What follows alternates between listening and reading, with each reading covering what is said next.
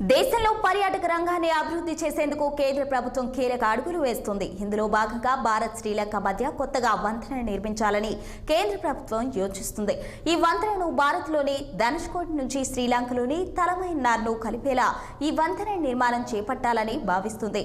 సముద్రంపై 23 కిలోమీటర్ల పొడవున వంతెన నిర్మాణానికి సాధ్యాలను అధ్యయనం చేస్తున్నట్లు అధికార వర్గాలు తెలిపాయి.